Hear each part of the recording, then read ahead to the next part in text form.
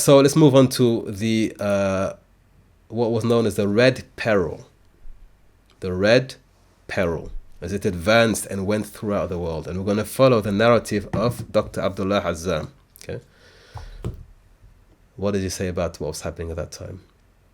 So in the Lofty Mountain, so there are 2 books. In fact, I've done book reviews and I've read almost like an audio book, effectively, analysis. It's on YouTube. I'll give you the link later on for both books. Right? So I've done like a book review for both book analysis, the best parts.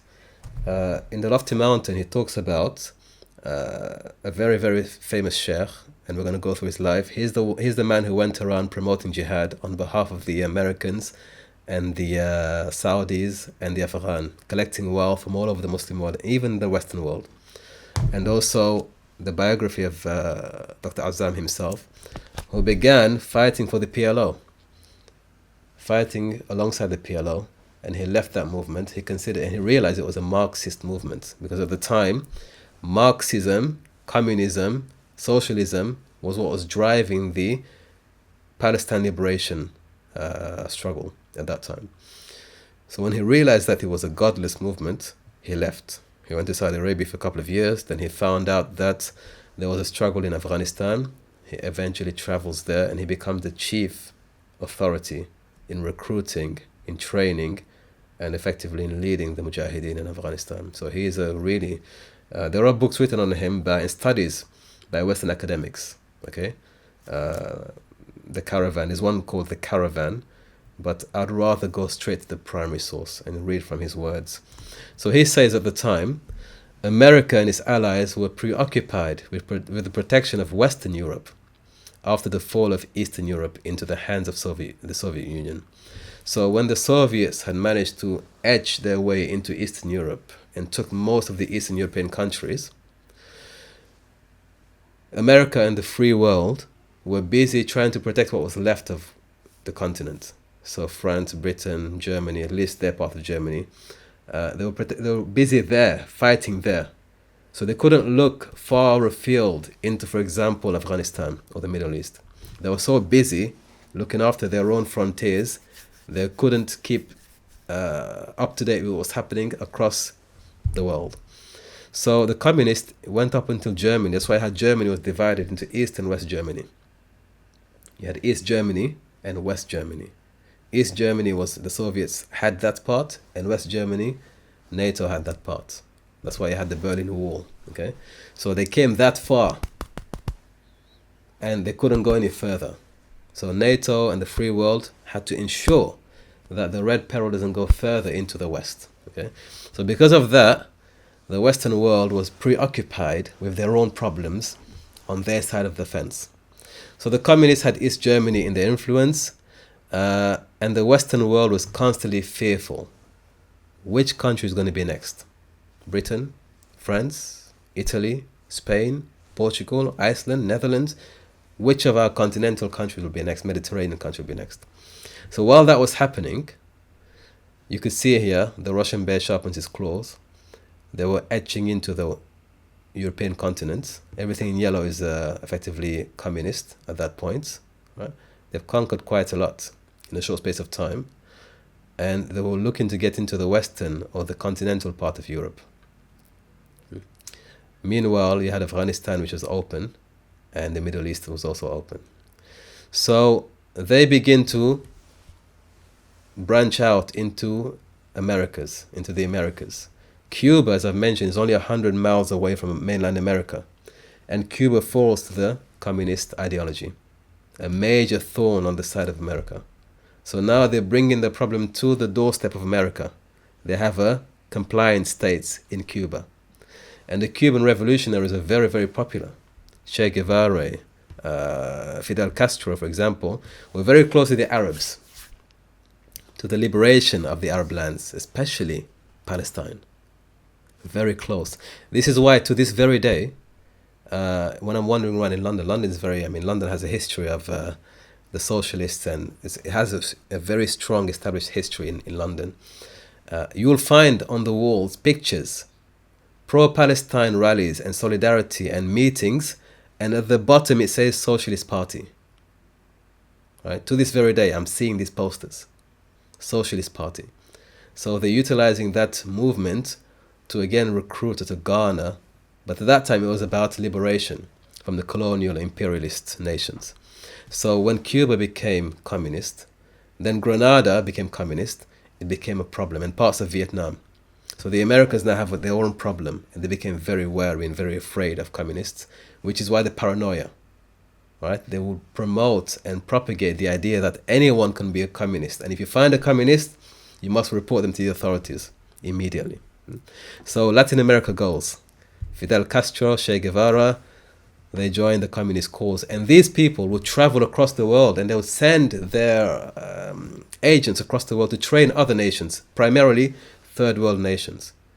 So I have relatives from Ethiopia and from Eritrea who senior ranking figures, senior ranking commanders, and I've heard stories. Right? Some were sent to Eastern Europe to learn Russian and to learn battle techniques in Russia, in Eastern Europe, Poland, for example. They also worked alongside the Cuban resistance fighters who came to train them. On one occasion, this is a story, it's a true story from first-hand account, that some of the Ethiopian women, who East Africa is known for having very beautiful human beings, mashallah, tabarakallah, but the women there were being targeted by some of the Cuban operatives, and they were being raped. And so when the women and their families would go to the local commanders and complain that they were being raped by these Cuban friends and liberators, the response would always be, are you going to allow one woman's private parts to stop us and our revolution from succeeding? That was the response. Are you going to allow one woman's private parts to stop us and our revolution from succeeding? So that was effectively collateral damage they were willing to pay for the communist revolution to be successful in their own countries. Yeah. So Cuba was a very key player. And you will find pictures of Fidel Castro with Malcolm X, with Nasser, with Yasser Arafat, all of the main players at that time who were non-aligned or who were against the Western imperial democracies. Castro was there and his government was there to support and back them. So he was a very, very key player. That's why America did everything it could to eliminate him. Everything it could to eliminate him. So when Latin America becomes, when Cuba becomes communist, a major blow, right, to the American and Western world. Now we move into the Middle East. So the Middle East has many, many challenges because first of all it is oil rich, for the most part the Gulf region, very oil rich. It has a huge population, and it is the bridge between the East and the West. It is the bridge, it is the buffer between the East, Russia and China, and the West, continental Europe, and the rest of that part. So the Middle East, as the name says it, is the barrier, the battleground. And so you could imagine both parties worked very hard to recruit nations to join their cause. For a period of time, the socialists were actually more influential because they had Egypt, they had Syria, they had Iraq, they had parts of Yemen, southern Yemen, they had the Horn of Africa. So they were very, very, and parts of Lebanon, they were very, very influential. So Dr. Abdullah says, the situation at the time was one of a clash between Western capitalism and Soviet communism. The Soviets succeeded in convincing many of the Arab states to accept their corrupt ideology. And as I said before, they would accept it, but also they'd have fatwa produced. When Nasser came to power, he institutionalized Al-Azhar. When Nasser came to power, Al-Azhar became a state organ. It became a part of the state's apparatus. So he could churn out fatwa as he wished. He got compliance. When we find, for example, people such as 𝙎𝙘𝙇 al-Ghazali in her book, Return of the Pharaoh, a wonderful book, she says when Nasser began to apply pressure on the du'at and the shuyukh, we had two types of da'wah. We had the sweet da'wah and the bitter da'wah. The sweet da'wah became one wherein you would try your best to comply with whatever Nasser and the establishment was going for. You complied fully. You gave da'wah according to what the government, the dawla wanted, the nizamiya wanted. Whatever the system wants, you comply basically. You become an agent of the state. And she says many people who were sincere initially eventually lost the will and became conformists. And then there was a bitter da'wah. And that was the one that only few people can sustain. That was to remain principled and not to compromise yourself in the face of immense torture, pain, and punishment. To remain principled. That was a bitter da'wah. She says in that day and age, most of those who she used to work with, her colleagues in the da'wah, turned against her and took the sweet da'wah.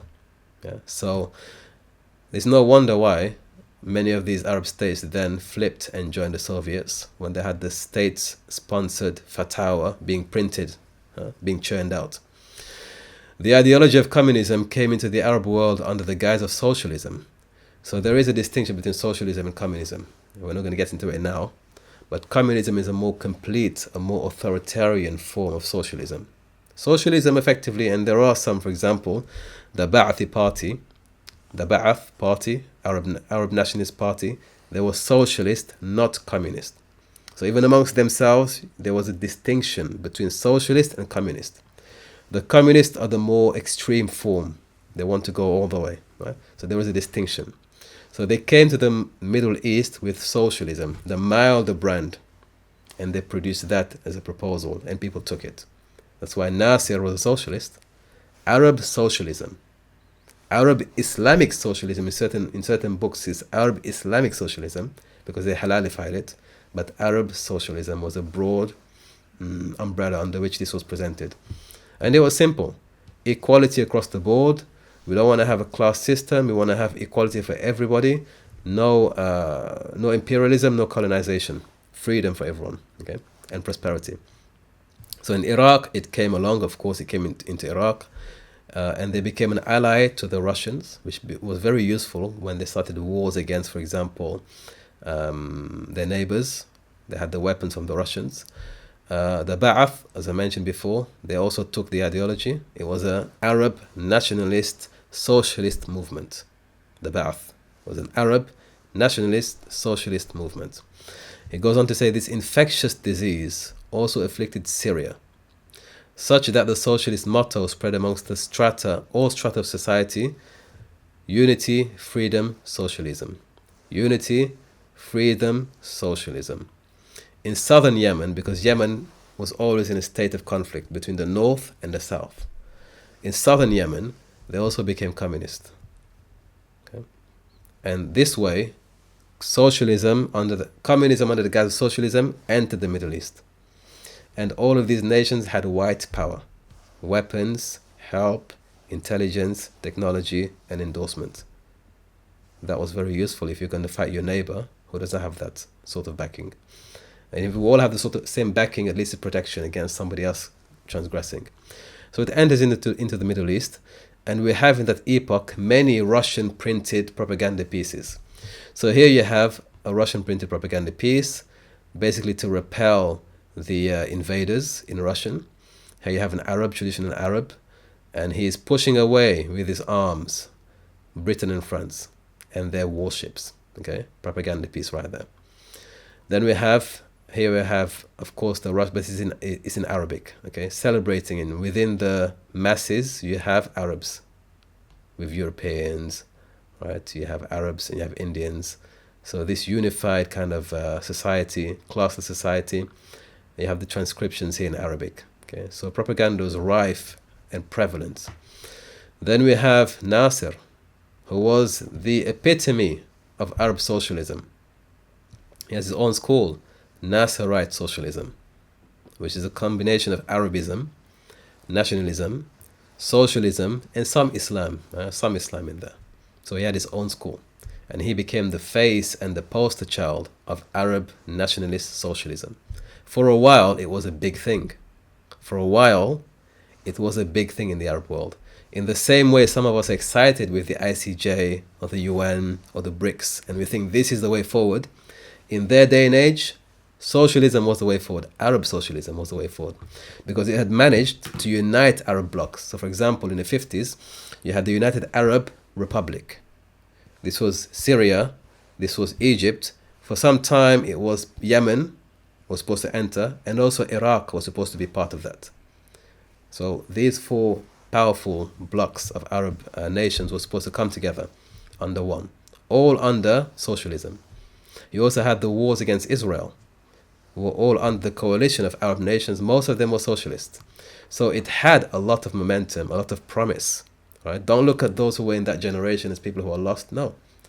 They saw in this movement potential, economic, military, social, nationalistic, cultural potential, and this could be what brings us to a point where we become superpower ourselves. Right? But again, we know what happens in the end. It doesn't succeed. It fails miserably. And we move on to the next ideology. We now want to be democracies. So we move on to the next thing. Okay. So propaganda, galore, here we have again, because the Russians and the Europeans, subconsciously, the more, the Arab is the more. Okay. So the Arab is the black. For them, more, black is almost synonymous with Arab or Muslim. So another picture by the Russians, and this is "Do not strangle freedom." Okay, in Russian, "Do not strangle freedom." So this is the West trying to, again, there's a dollar sign here, right? They're trying to strangle the freedom of, and here you have the pound. Right? So the Britain and France are seeking to strangle the economic freedom and independence of Arab nations. Okay? So very powerful imagery. And by the way, the art, the posters from Soviet propaganda is actually sold today, because it was really elegant, it's beautiful. Right? It's actually, in artistic terms, very beautiful art. So you can buy posters, they actually sell them. There are websites just for these posters, propaganda from back in those days. And then we have the most powerful, important, which was to utilize the liberation struggle of the Palestinian cause. That was one of the most potent ways to recruit people into socialism. That was one of the most potent ways to recruit people into socialism. The PLO, Palestine Liberation Organization, was a Marxist socialist organization. It wasn't an Islamic organization. That came into it later on when Hamas in 87 became an organization. They began as a charity. They became a political entity in 87. That's when Islam was brought into the struggle, officially at that level, when Islam came into it. Prior to that, it was socialism, Marxism, nationalism, Arabism. That's what was driving the struggle up until then. And that's the reason why Azzam left the PLO. He did not want to die for a nationalistic socialist cause. He said, "It's not worth my life." Sister Amina.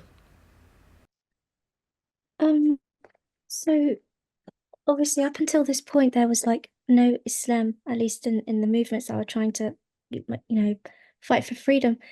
But then I'm trying to understand what happened between the time of like Izz-ad-Din al-Qassam and then at that point, like what switched? Like obviously he was fighting from an Islamic perspective. That wasn't far removed from the Ottomans. In fact, he was born in the time when the Ottomans were still around.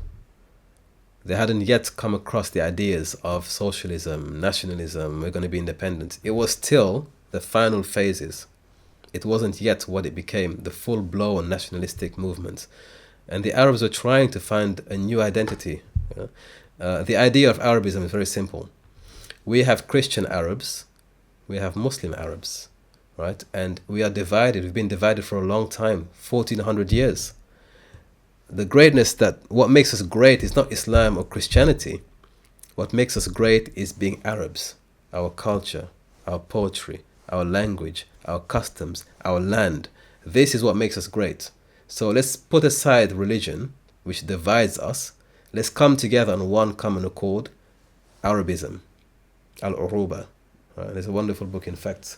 If you give me a second, I want to recommend it for anyone who really wants to read into this, because it's very interesting and very insightful, in fact. So this is a book I'd recommend anyone.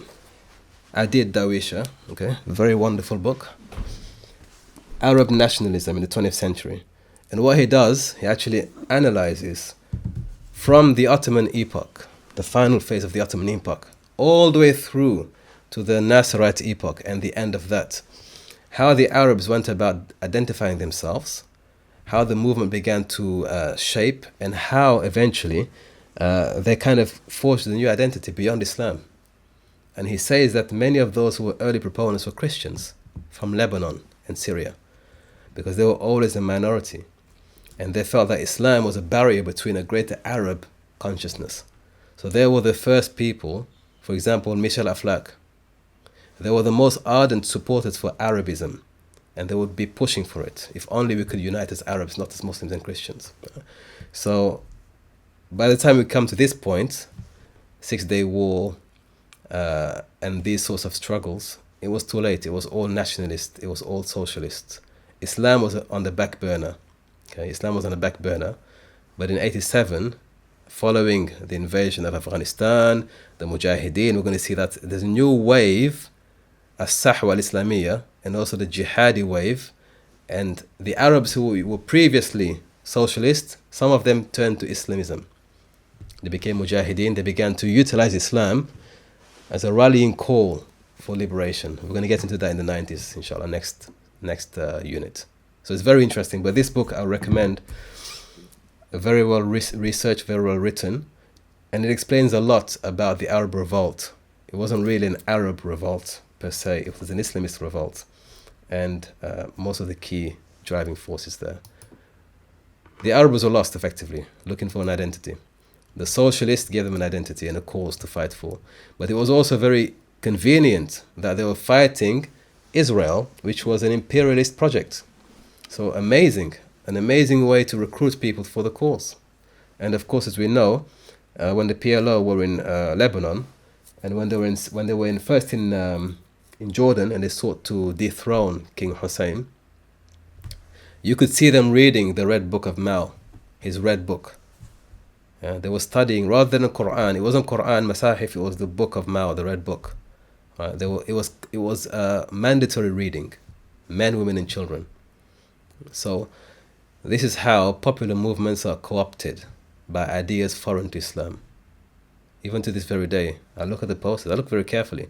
At the bottom, socialist organizations always behind it, for those at least in London, because it has an evocative and a very, very powerful pull, to pull you in. Equality, freedom, liberation, anti-imperialism, against America, against Russia, against Britain. Let's fight for freedom. But below that, there's another motive, against religion altogether. That they don't tell you that when they're recruiting you, but implied in that is against religion altogether. And Islam is not exempt. Yeah. So the Middle East is conquered that way. Most of the nations become socialist. But eventually for example, Egypt was a key member, because it was the most populous Arab nation and the most dynamic. Wherever Egypt went, the other Arab nations would have to follow, or would have to counter. So when Egypt became socialist under Nasser, they all pretty much became socialist. And when he dies in 72, Sadat removes everything with the October Papers, and he goes to the West. He switches to the West. Okay, so we have a new day and age in 72. Now in East Africa, we have, the Horn of Africa has, you have Ethiopia, you have Eritrea, and you have Somalia. Pre-World War I, pre-World War II, and even pre the Cold War, these nations were really beautiful. And again, many stories from people who were alive at the time will tell you. Beautiful places, beautiful, a lot of resources. Ethiopia was the only nation in Africa that was never colonized, and the only nation in modern history to have conquered, to have defeated in the battlefield, a Western colonial nation, the Battle of Adwa. The only nation of the subjugated nations, or those who were being subjugated, to have defeated on the battlefield a Western colonial nation, when they defeated the Italians at Adwa, Battle of Adwa. So it was known as a beautiful region. Somalia at the time, or Mogadishu, which was known as, in international space, is known as the White Pearl of the Indian Ocean. It was a beautiful place, right? A beautiful place. And the images you can find online still. The people, the costumes, the white houses with the greenery and the blue sea, just beautiful. And it was known as the beautiful or the white pearl of the Indian Ocean. It was also a trading hub, because from there you could travel across into Africa, mainland Africa, into Asia, into Arabia. So it's very well connected at the intersection of many trading routes by sea. The Somali navigators and sailors were very well known as well. In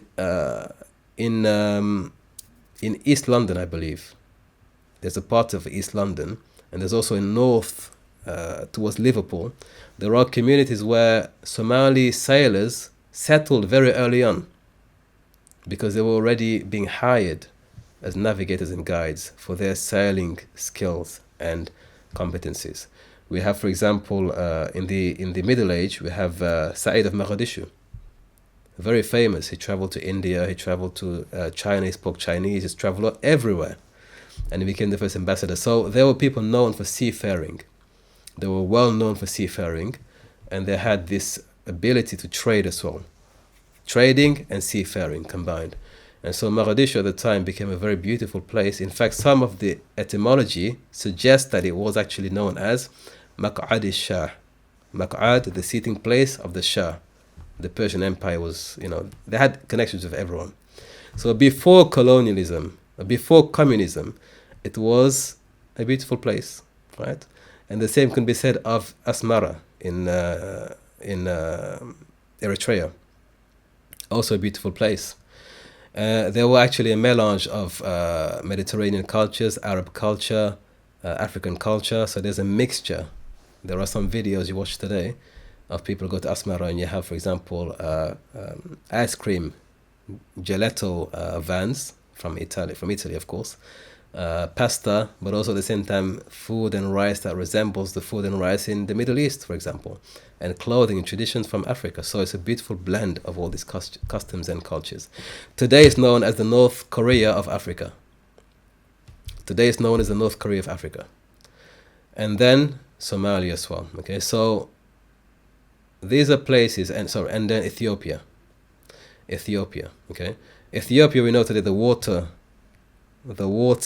is the river, and the waters of Ethiopia are being sold to the Arab Gulf nations.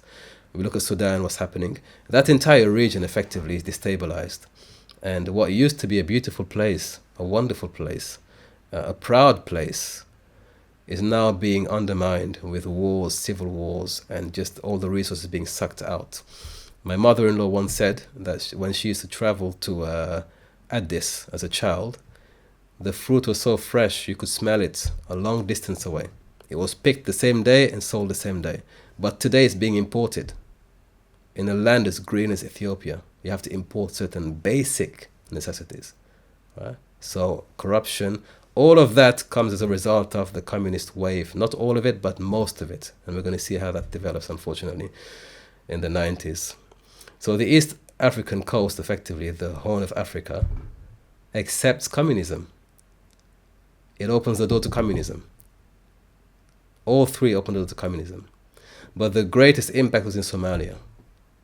So Dr. Abdullah Hazzam says that the Soviets continued their relentless and ruthless advance, and they recruited Somalia.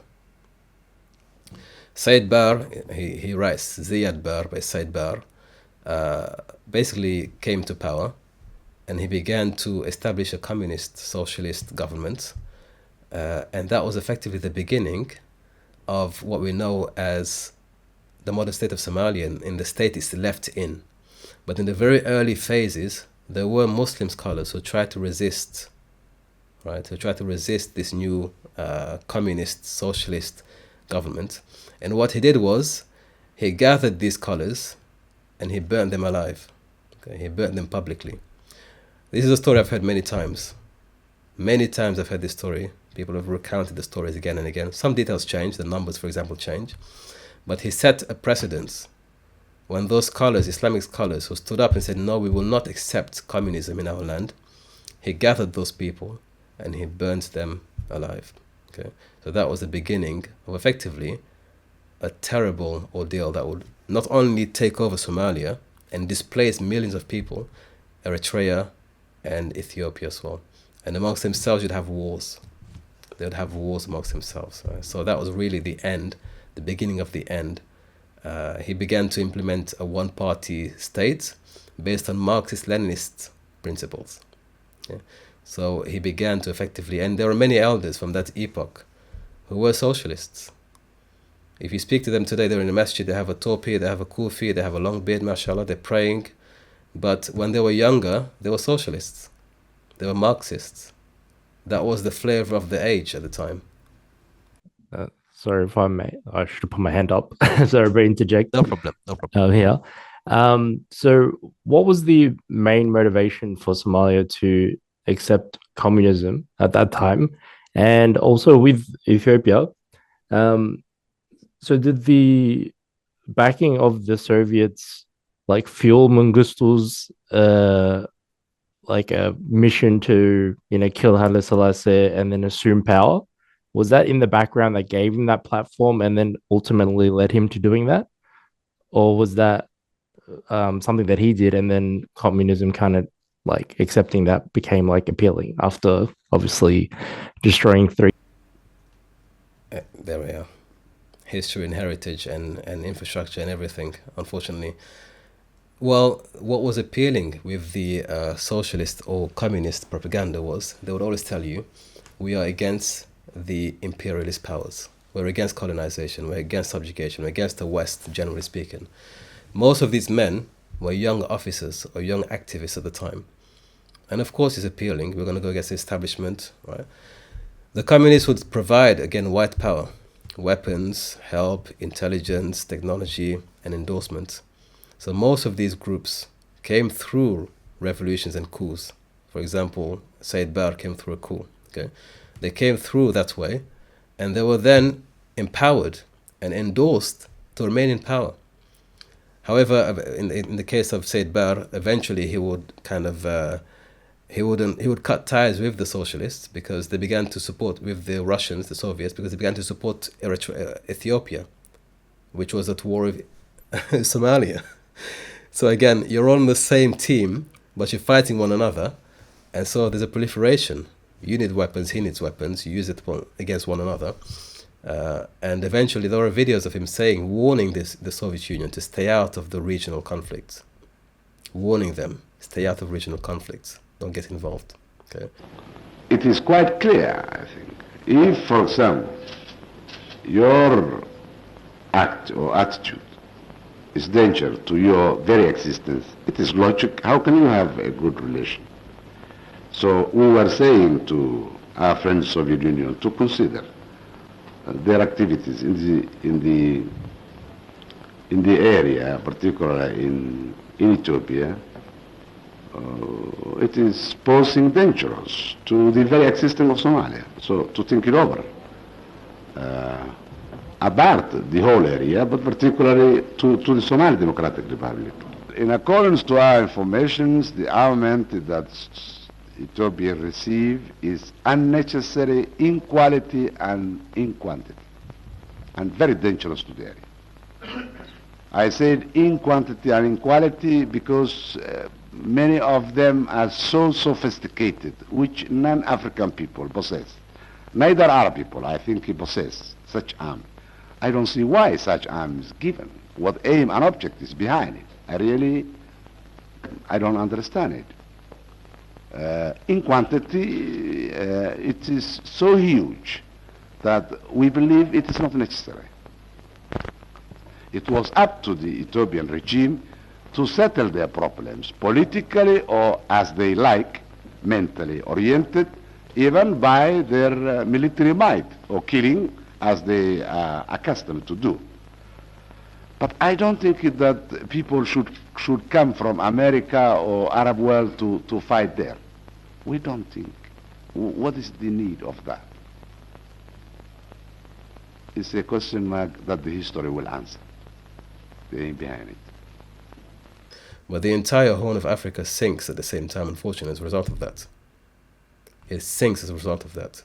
And the same can be said of certain South American nations as well. they also take onto the revolutionary the very appeal of fighting against the system and going against the Western imperial system and no subjugation. It sounds good, and it is good, but in reality there was always a hidden motive behind it. Unfortunately, most of the nations in the Muslim world who took on Soviet assistance used those weapons against their neighbors. Most of them, when they took the weapons, it was only used against their neighbors. That's unfortunate, but that's just the way it turned out to be. In the Middle East, the worst case, Iraq and Iran again, that went on for 8 long years. They lost about 1 million people, soldiers. Neither of them won at the end, but it was being financed and weaponized by the West and East at different levels at different times, and the same in the Horn of Africa as well. Yeah. So this is what happens, unfortunately, when you open your doors to foreign ideology, and when you accept free money and free help, easy money, effectively. Yeah. And we know what happens in Somalia. A huge swath of the population is displaced. There's only now, there is a movement among certain young Somalis to return back and to rebuild. There is a movement growing. You find this on social media. People have accounts where they travel to Somalia and they show you, okay, Somalia is like this. I knew families when I was in London.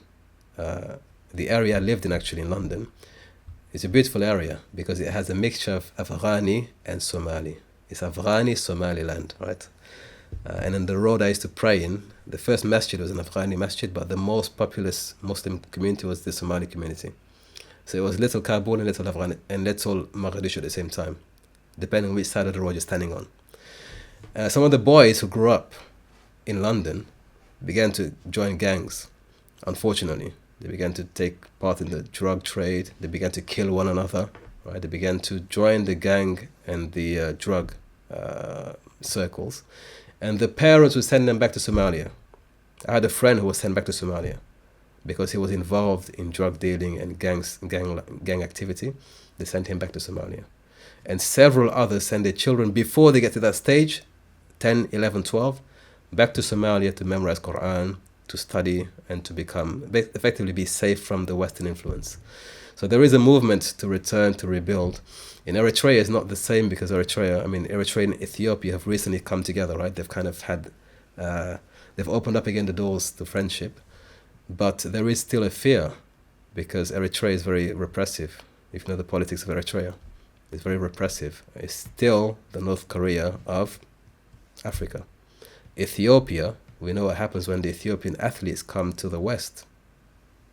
Eventually, some of them try to escape, right? They try to run away, seek asylum. So it's not, there is still a lot to be done, but there is hope. There is hope. We pray that there is peace at some point, but it's a shame to see nations go to waste, honestly. So they invade East Africa. Brother Zaid has raised his hand. Okay. Niger. Yeah, so this is like Senegal. There's a new wave of young Muslim revolutionary leaders, and they are enacting many things that are anti-French. So, for example, they want to repeal the French franc and to have like a West African currency, a cryptocurrency. They want to remove the French language from the official records. They want to introduce many different reforms that will make them effectively really independent. Okay, really independent. So it's not Soviet inspired, but it is still anti-imperial, but it's more of a more organic movement. Although there is a lot of Russian and Chinese and Indian investment in that region. There is a lot of investment from China, Russia, and India. There is talk of a second Cold War. I don't know how far that will go, but there's the allure of that as well. Russian investment, Chinese investment, and Indian investment. Yeah. So again, we hope that turns out well this time around. Brother Sufyan. Yes, I have a question about, a lot of these I can say lefty media platforms who are very, like Novara Media and a lot of these others who are so passionate for Palestine, speaking out their lungs about Palestine, but they seem to be like very, they don't really criticize the Russian, that Eastern Bloc, this modern day Eastern Bloc. Is that because they're affiliated with that bloc? They're socialist. They're socialist. They're socialist. They're socialist. خلاص. Quasi-socialist or socialist outright. Yeah. No Muslim should. If you know what you're doing, you shouldn't be doing that. We're repeating the same thing. Yeah. This is known as soft socialism. Soft socialism. It doesn't have the same power it had in the heyday when they had the Red Army and the tanks and the weapons. There is now soft socialism, which is you take social issues, whether it's women's rights, whether it's Palestine, whether it's Black Lives Matter, you find other ways of influencing people, but it's still the same thing. It's still socialist. It's against establishment. It's against Western democracy. It's against liberalism. No, it's against conservatism. It's against private property. It's against religion. It's the same thing in a different format, in a different package. But it's softer, soft socialism. Yeah? We need to know when we see these things, not to fall for it again. So it's this form of communism that Somalia embraced, and like even Ethiopia, like you're coming to like some of the most religious parts of like, you know, Africa. So how did they sell it to the Somalians here? You're saying like they took on this kind of extreme, did they take like the extreme form of communism, or did they also was sold like the more lighter version because of the religiosity of the people? Well, if you look at the case of Eritrea, to this very day, how they treat the citizens and how the system works, the compulsory military enlistment, people going missing. I have relatives who, their brothers, they haven't seen for 30, 40 years. In Eritrea and in Ethiopia. They just take a son, a daughter, because you can take both men and women conscripts, right, in the army. So, for example, here, this is the ELF, Eritrean Liberation Front. You have men and women. Likewise, in the Oromo Liberation Front in Ethiopia, you have the same thing, men and women. Likewise, in the same thing, when you go to Palestine at the time, you had men and women, right? They didn't distinguish. It was egalitarian when it came to that sex. So it was a bit extreme, I would say. If you look at what happened in Somalia, yeah, it wasn't soft socialism there. It was, I mean, look at the yeah, it was proper all the way. It was proper all the way, you know. People were killed. People were put in jails, and whatever happens to them. Like, they went all the way. Oh yeah, we hear about this from our parents because this is the period, like, you know, the reason why all of us born in different countries and that type of thing. So yeah, it's a shame, but I think there is hope. You know, we hope that Sudan doesn't implode, because Sudan is also a key regional player. If that implodes, then all these people have to be absorbed by the neighboring regions, have their own problems, and you don't have time to even breathe to recover from one tragedy to the next, unfortunately. You know, it's just one after the other, one after the other, one after the other. Sister Amina. Just to, I think, answer Malik's question, I am by no means no expert, but like, according to what my parents have said, at least like during the Siad Barre's time in Somalia, there was really it didn't matter what anyone thought. Like the general population, what had happened was, because obviously he did a coup and he kind of just took over, you were just expected to get on with it. So I think the only people who kind of endorsed him were sort of like the elite, or the people who kind of like went abroad, traveled, sort of like the upper echelons of society. Everyone else had to keep their head down and mind their business. Like I remember my dad saying once, like they had these marches that they held sort of every October to commemorate the sort of when he took over. And for anyone who was like, especially because the Sahwa was coming in at that time, they had to hide because they didn't want to take part in the marches with the students and things. So anyone who was like, you know, prayed a little bit, who, you know, went to certain masajid, like you just had to hide and put your head down. Like they wouldn't let a lot of the women who again were starting to, because people just didn't cover, for example, like a lot of women just didn't cover. any girl or woman who was covering up. Like, it was very hard. So they had no say. It was essentially just a dictatorship, for lack of a better word. Fully blown. It wasn't one of those, let's negotiate things, let's be a bit elegant about it. For example, in Egypt, it wasn't an elegant affair. It was just, this is it, you know, it is what it is. There is more to read into. I mean, I did put in one of the previous units the manifesto for the Somali Communist Party. I put it in one of the previous units. You can read through that, the manifesto. And there is no shortage of documentary, but also people. Yeah. If you find people who are, they're the best source of information. They're the best source of information. This epoch in Ethiopia, the Red Terror, like in Amharic, like 𝗃𝙤𝙪. So yeah, it seems like a signature from all these communist kind of interferences. Yeah. It's a shame because you survived that long without being colonized, and then at the last moment, the guy who comes along and is the most friendly is the one who actually takes over. You know, because it's quite interesting, you know, it's quite interesting. So here you have a propaganda in Addis in the 1950s. Right, so you have the same images, just different complexion of people. And you have, for the entire African continent, no more imperialism. So these are the sorts of things that Libya, all of these nations, they want the entire African continent to join the movement. Welcome to HistoryUn, the world's leading online learning platform specializing in Islamic history. Discover the HistoryUn mobile app and participate in regular live and interactive seminars and tune in directly from your handset from anywhere in the world. Enjoy instant access to a growing catalog of on-demand streaming content exclusive to the platform, accessible from a variety of devices including desktops, tablets, and cell phones. Connect instantly with our global community of history enthusiasts via our private community forum. To find out more about our online history programs and resources, visit our website today at www.historyun.com.